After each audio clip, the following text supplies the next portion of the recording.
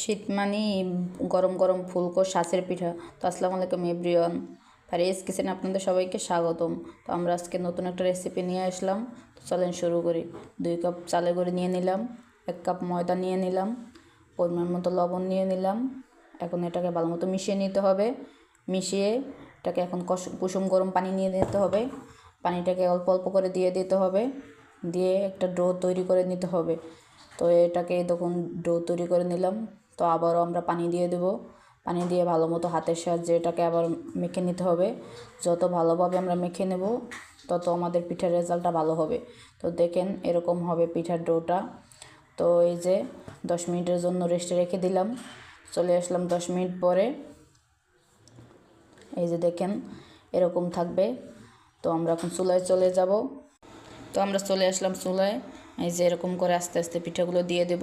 তো দেওয়ার আগে অবশ্যই চুলার জালটা বাড়িয়ে নেবেন এবং শাঁসটা লবণ পানি দিয়ে ভালো মতো মুছে নেবেন। তো এই যে আমাদের পিঠা দেওয়া হয়ে গেল।